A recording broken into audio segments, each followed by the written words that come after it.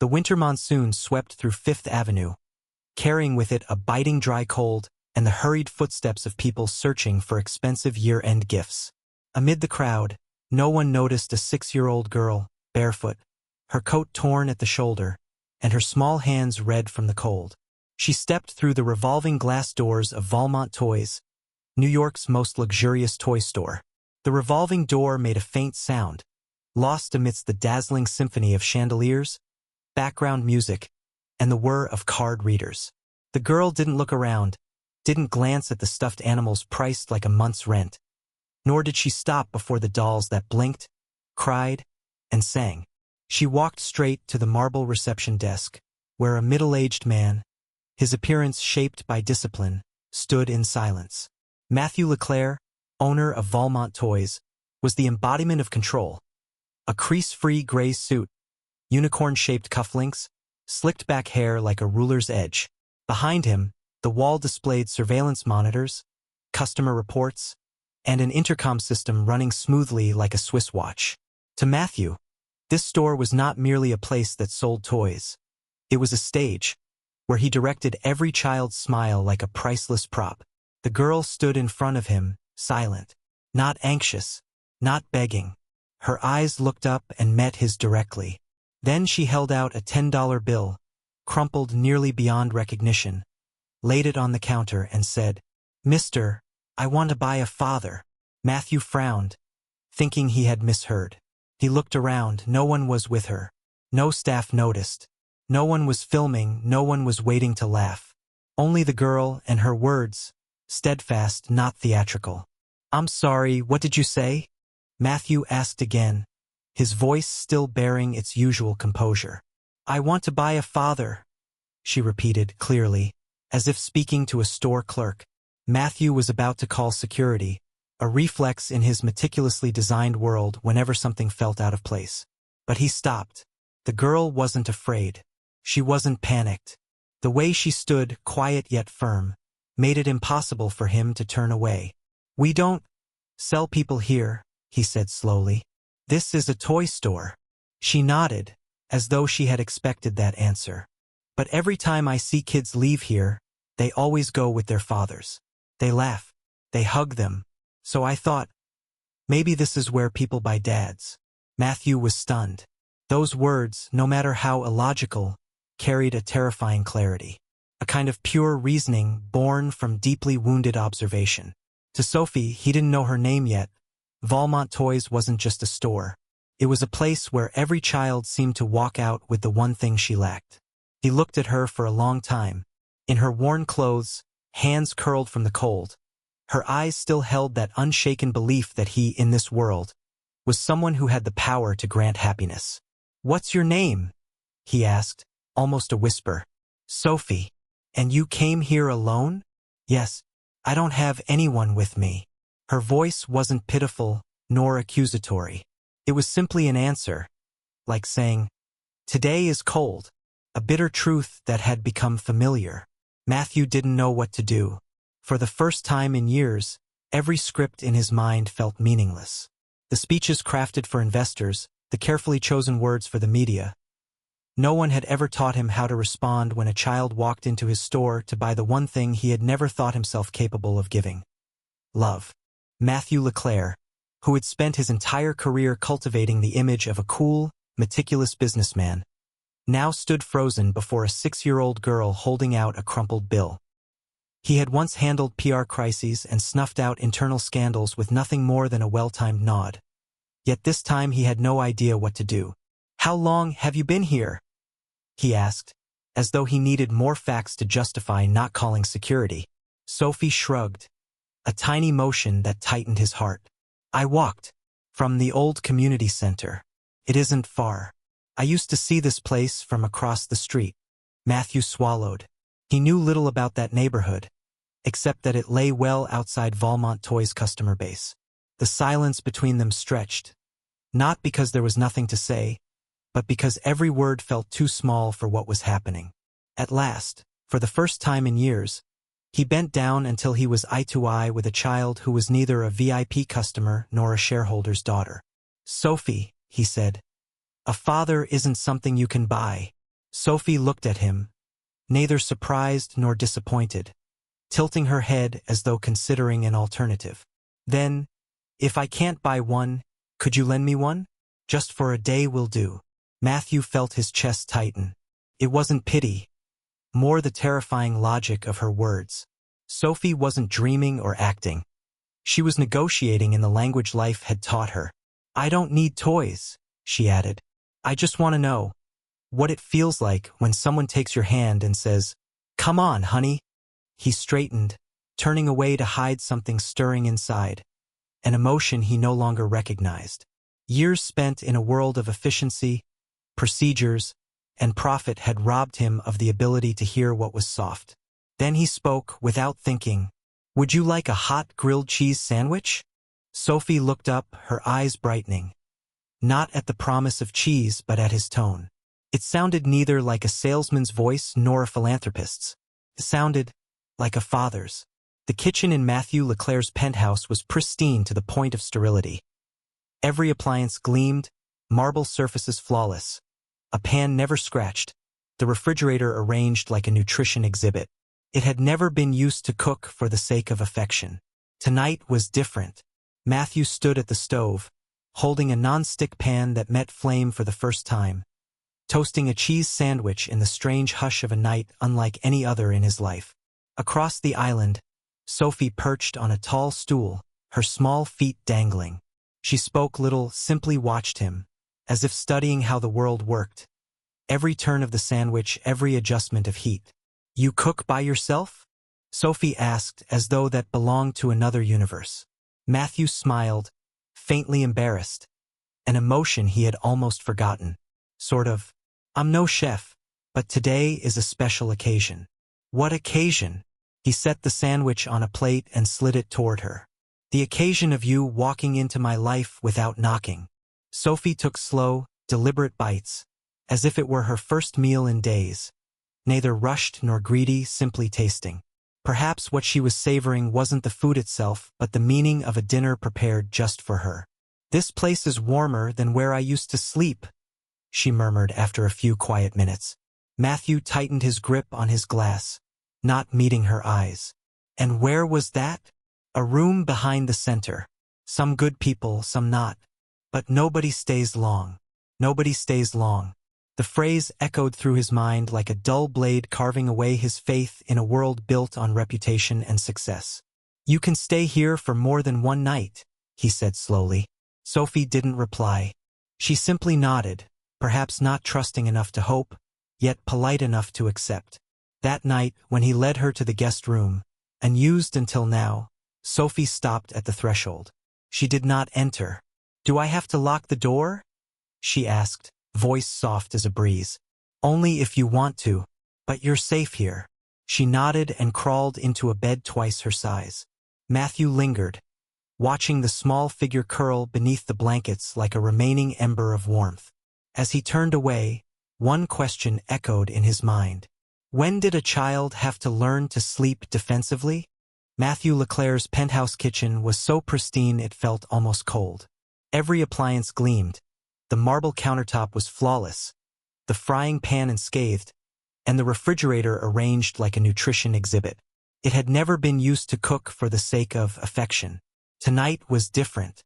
Matthew stood at the stove, holding a non-stick pan that touched flame for the first time, grilling a cheese sandwich amid the strange hush of an evening unlike any other in his life. Across the island, Sophie curled up on a tall stool, her small feet dangling above the floor. She spoke little, simply watched him, studying each flip of the sandwich, each twist of the knob, as if learning how the world worked. You cook by yourself? Sophie asked, as though that belonged to another universe. Matthew smiled, a bit sheepish, an emotion he had nearly forgotten. Sort of, I'm no professional, but today is a special occasion. What occasion? He set the sandwich on a plate and slid it toward her. The occasion of you walking into my life without knocking. Sophie nibbled each bite as if it were her first meal in days. Neither rushed nor greedy, just savoring. Perhaps what she tasted was not the food itself but the meaning of a dinner prepared just for her. This place is warmer than where I used to sleep, she whispered after a long silence. Matthew tightened his grip around his glass, eyes averted. And where was that? A room behind the center. Some good people, some not. But no one stays long. No one stays long. The words echoed in his mind like a blunt blade slowly cleaving his faith in a world built on reputation and success. You can stay here for more than one night, he said quietly. Sophie did not answer. She simply nodded, perhaps not trusting enough to hope, yet polite enough to accept. That night, when he led her to the guest room, unused until now, Sophie paused at the threshold. She did not enter. "Do I have to lock the door?" she asked, her voice soft as wind. "Only if you wish. But you're safe here." She nodded and slipped into a bed twice her size. Matthew lingered, watching the small shape curl beneath the blanket like a faint ember of warmth. As he turned away, a question echoed in his mind. Since when does a child have to learn to sleep defensively? The next morning, Matthew Leclerc woke early, as always. Years of habit had him up before the alarm, brewing an espresso at precisely the right temperature, opening his laptop to read reports from Tokyo and Milan, then moving on to the day's schedule. Yet something was different. A new dent marred the ottoman by the dining table, the imprint of a tiny body that had sat there before he awoke. Sophie. How long had she been there? She was silent as a shadow, holding a colored pencil he hadn't known he owned, drawing. She wasn't meddling, wasn't noisy, wasn't childlike. She seemed like a scrap of paper blown by life's wind, now trying not to bother anyone on its way down. "You're up early?" Matthew said, so softly it was as though he feared waking something sacred. Sophie merely nodded and handed him a wax crayon picture. A house, an adult with gray hair, a curly-haired child, and a dog, all smiling beneath a bright sun. "I thought if you were the dog, I'd draw the ears wrong," she remarked. Matthew laughed, the first genuine laugh since his father's death. The feeling was familiar yet distant, warm yet oddly painful. "That's me?" he asked, pointing to the man with strangely round ears. You or the dog? Same thing. Both don't talk much but make me feel safe." He had no reply. People had praised Matthew for negotiation skills, vision, style, but no one had ever called him a safe place. Breakfast was only toast and butter, yet Sophie ate as if seated in a five-star restaurant. Careful with her fork, leaving no crumbs, saying thank you each time he handed her something, as though afraid she did not deserve it. "You don't have to act like a guest," he said, his voice gentler than usual. "But I am a guest," she replied, meeting his eyes, not accusing, merely stating a fact. Matthew froze. She was right. She didn't belong here. No papers, no rights, no guarantees. And yet one thing was clear. Somehow she belonged to him, or at least he was beginning to feel she did. Valmont Toys opened at 9 a.m. At exactly 8:52, Matthew Leclerc entered through the private staircase that descended from his penthouse above. His ash-gray coat and perfectly knotted tie just as impeccable as any other day. But today something was different. Beside him was a little girl. Sophie held Matthew's hand, not tightly, but deliberately. Her steps were light, but not sneaky. She made no effort to hide. It was simply that she was used to not being noticed. And as she expected, no one did notice. The store staff greeted their boss with polite nods, asking no questions. They were well accustomed to VIP clients with children in tow, to private shopping sessions, to children who appeared and disappeared like accessories to busy adults. But Sophie wasn't an accessory, and Matthew was starting to realize he was no longer a man walking alone. Sophie didn't run, didn't jump, didn't make a sound. She wandered through the aisles, quietly observing the dolls too pristine to be played with, the stuffed animals so expensive no one dared to hug them, and the model trains that no actual child could ever start on their own. "They're beautiful," she said, "but none of them are old." Matthew looked up from his computer screen, surprised. "Old? Real toys have scratches, or stains, or someone's name written under the foot." The words, seemingly innocent, made him pause. She understood something he, founder of an entire toy empire, never had: attachment. When a staff member brought out the usual box of cookies, Sophie thanked them softly and sat beside the customer service counter, sketching with crayons she'd pulled from her coat pocket. She didn't ask for anything, didn't demand. She simply was, and that quiet presence began to shift something in those around her. A regular customer, Madame Claudine, the wife of a powerful financier, lingered longer than usual when she saw Sophie carefully arranging plush animals by color. She asked softly, "Is she your granddaughter?" Matthew hesitated. "Not exactly, but I'm looking after her for a while." Madame Claudine looked at him for a long moment. Her gaze wasn't curious, but something closer to understanding. "There are children who don't need a home," she said. "They just need someone who won't leave." Then she walked away, leaving behind a strange stillness in Matthew's chest. Sophie said nothing. She just kept drawing. Another sun, a little boat, a smiling fox, and in the bottom corner, very small, a gray-haired man holding hands with a child. No names, no words, but it was the clearest message Matthew had ever received in his life. Matthew had no idea that while he was learning to listen to the scratch of Sophie's crayon on blank sheets of paper, somewhere else, a different door was quietly closing. The message came late in the afternoon, just as he and Sophie were sitting together in the back storage room, organizing a shipment of wooden puppets from the Czech Republic. She had just asked him why the puppets were always smiling, even when no one was pulling the strings. Matthew hadn't yet found an answer when his phone buzzed. "There are 2 people from Child Protective Services here to see you. They're at the front desk." And his assistant. The words made his blood run cold. Matthew rose, speaking gently to Sophie. "Stay here, sweetheart. I'll be right back." She nodded, asking nothing. At the front desk stood 2 people in dark coats with name badges clipped to their collars. The way they stood, straight-backed, arms folded over folders, told Matthew they weren't here by invitation. They were here by regulation. "We've received a report about a minor currently residing here without legal documentation," one of them said. "We need to verify the child's identity and living situation." Matthew kept his voice calm. "Her name is Sophie. She has no one. She came here alone. I just gave her a warm place to stay." The woman, firm but not unkind, replied, "I believe you meant well, but the law is still the law." They asked to speak to Sophie in private. Matthew had no choice.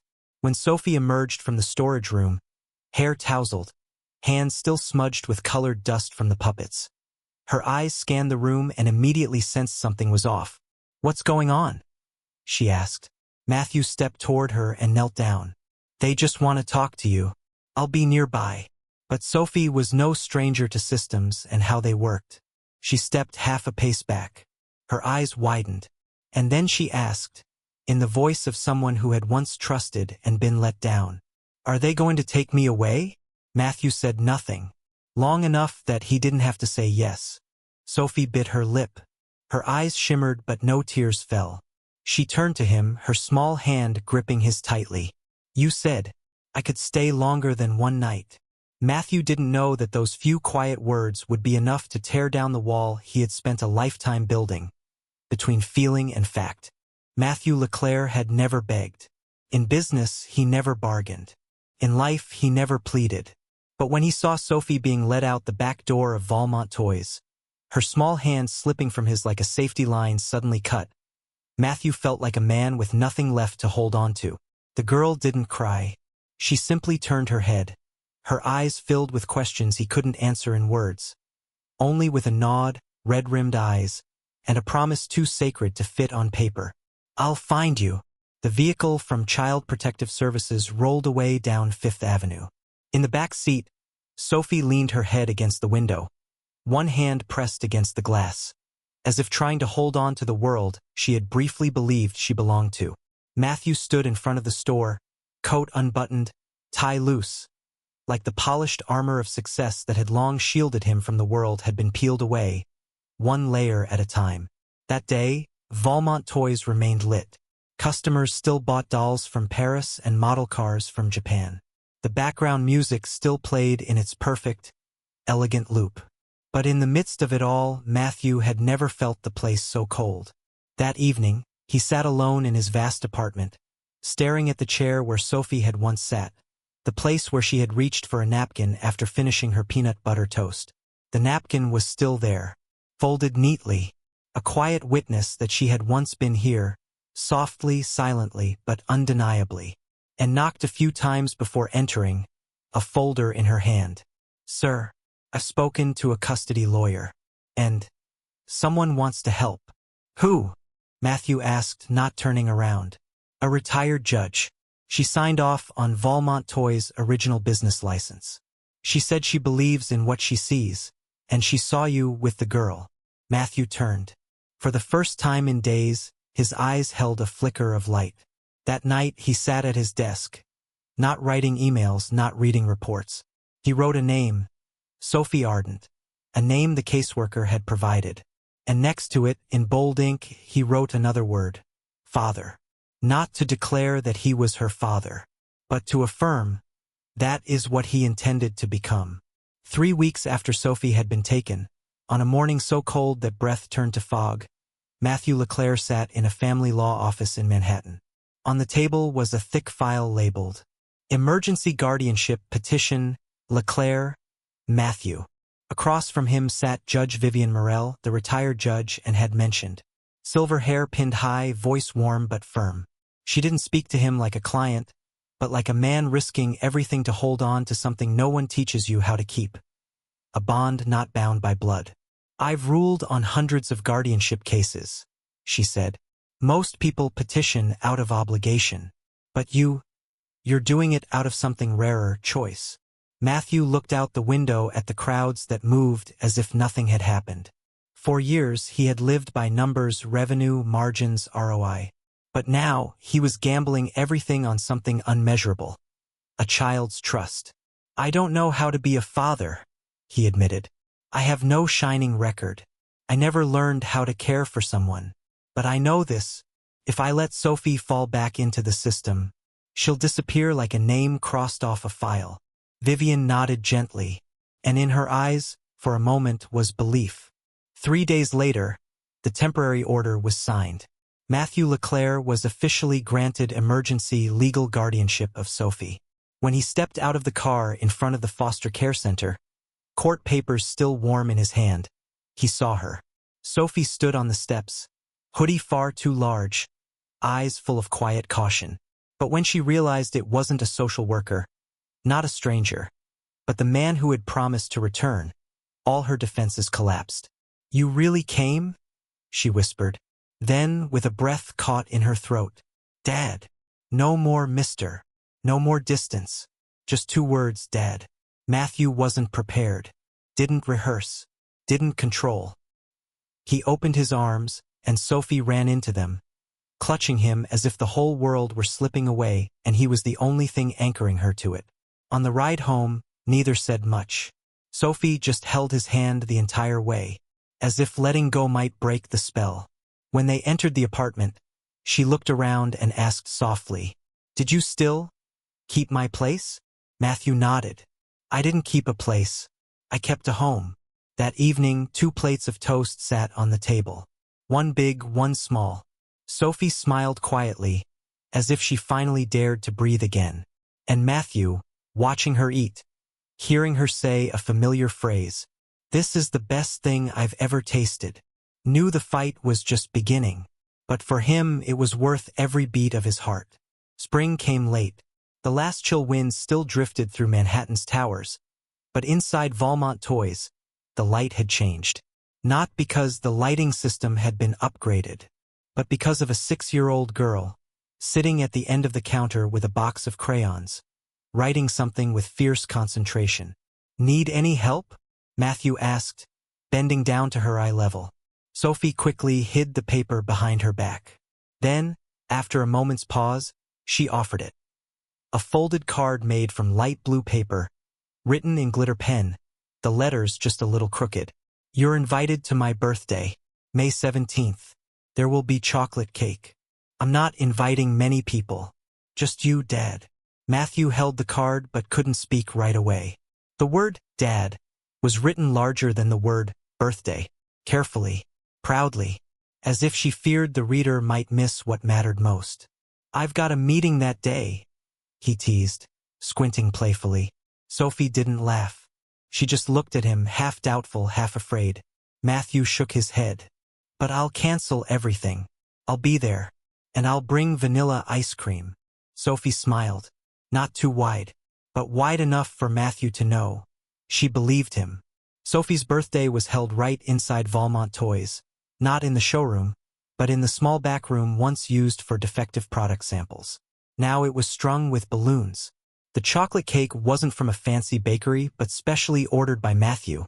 Imperfect, slightly slanted, but with Sophie written in drizzled chocolate.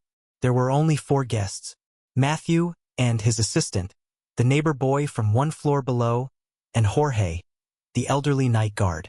Sophie didn't ask for more. She didn't need a crowd. She only needed someone to remember.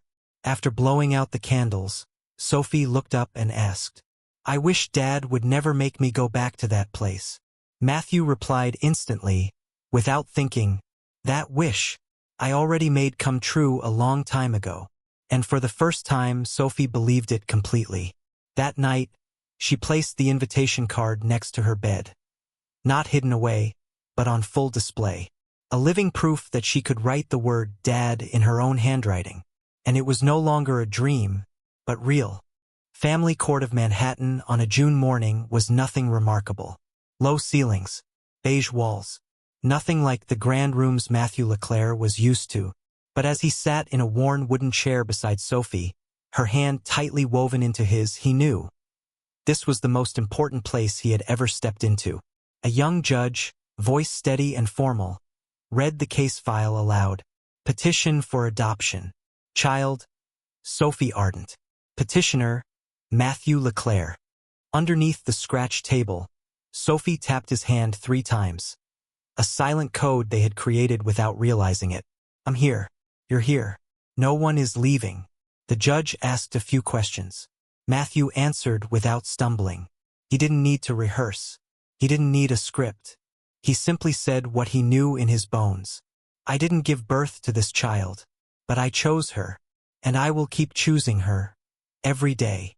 The judge nodded, offering Sophie a look few children in the system had ever received. To be truly seen. "Would you like to change your name?" she asked, leaning gently toward the child. Sophie looked at Matthew, then turned back to the judge. "I want to keep the name Sophie, but I want my dad's last name." Matthew wasn't surprised, but he still couldn't hide the sheen in his eyes. "Sophie Leclerc," the judge said slowly, as though she were signing into law the most important declaration of her career. "As of today, that is your legal name." Sophie smiled, not the kind of smile children give when grown-ups are watching, but the kind that happens when something you believe in is finally recognized by the world. That afternoon, back in the penthouse, Matthew opened a drawer and pulled out a small wooden plaque. Engraved on it, Sophie Leclerc. He placed it right outside her bedroom door. He didn't say a word. Sophie stared at it for a long time. Then she ran to him and wrapped her arms around him. Her arms were too short to reach all the way around, but somehow Matthew felt completely held, for the first time in his life.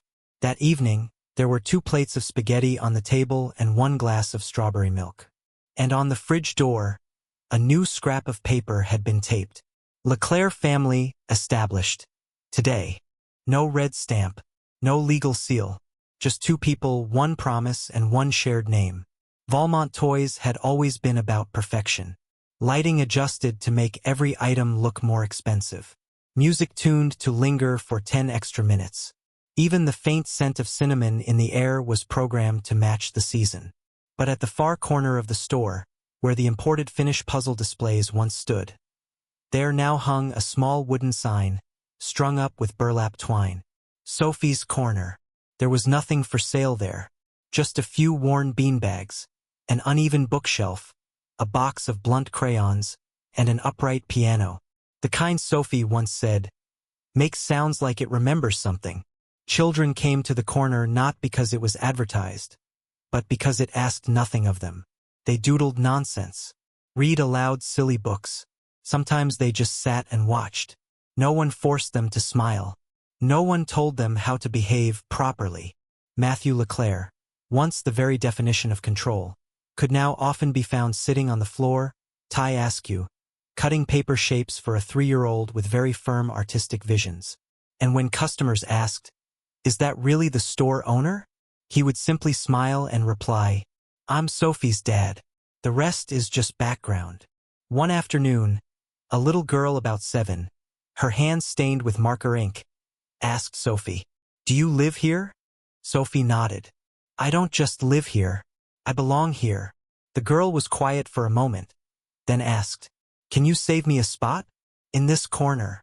Sophie smiled, took out a piece of paper, and wrote with a green marker, "This space is for anyone who ever thought they had no space." Matthew read that line and understood. He hadn't just adopted a child. He had been raised by her. That night, back in the penthouse, the two of them set the dinner table together. 2 plates as always, one big, one small. On the wall now hung a framed photo. Not a posed portrait, but a candid shot. The two of them lying on the floor, faces covered in crumbs, laughing like the world had nothing left to fear. Sophie asked, "When I grow up someday, will you still let me stay here?" Matthew pulled out a chair, sat down, and looked her in the eyes. Eyes no longer belonging to the barefoot girl who had once walked into his store. "You can go wherever you want. But here, there will always be a plate for you. No matter your age, no matter your name, no matter how far you go." Sophie nodded. No more words were needed. She knew.